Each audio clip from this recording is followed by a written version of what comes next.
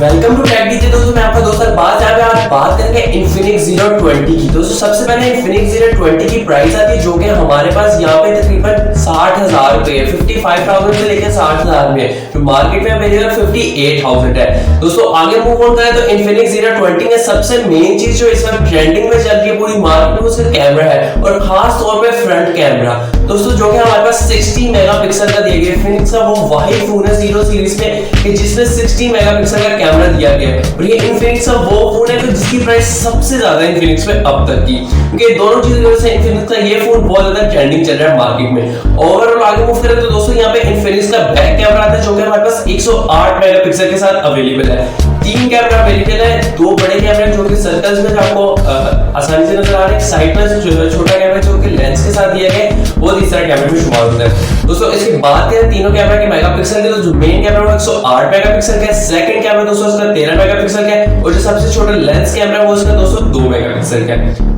Overall आगे move किया जाए तो दोस्तों यहाँ पे इसकी बैटरी टाइमिंग आती है जो कि 4500 mAh की हमारे पास battery lithium pro non removable, मगर फास्ट चार्जिंग के साथ 45 वॉट फास्ट चार्जिंग के साथ। यहाँ पे 45 वॉट चार्जिंग का मतलब दोस्तों यानी कि आपका 80% फोन चार्ज सिर्फ आधे घंटे में होगा।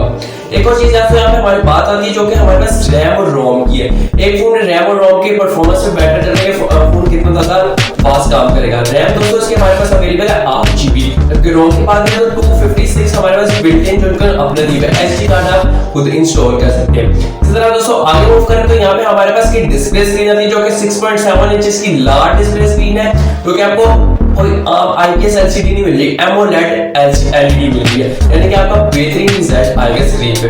इसी तरह दोस्तों हमारे पास यहाँ पे इसके प्रोसेसर की बात आती है। प्रोसेसर Infinix का हमेशा से बहुत मशहूर है, और जो MediaTek के इसके प्रोसेसर लगा रहे थे इस बार लगाया गया MediaTek Helio G99, वैसे 96 तक रखा गया था Infinix में, मगर इसमें प्रोसेसर भी ओवरऑल बहुत अच्छा लगा है। ओवरऑल कंपैरिजन किया गया Infinix के Zero सीरीज में जो कि अल्ट्रा 5G पिछले बार से लॉन्च किया गया था उससे दोस्तों बहुत बेहतर है ये। और इसमें दोस्तों सबसे मेन चीज जो आती है इसकी back cover changing, colour changing, जिसमें जिस तरह Vivo V23 में और Oppo A96 में कलर चेंजिंग दिया गया था इसी तरह इसमें भी दिया गया दोस्तों। इस वजह से मार्केट में बहुत ज्यादा ट्रेंड है।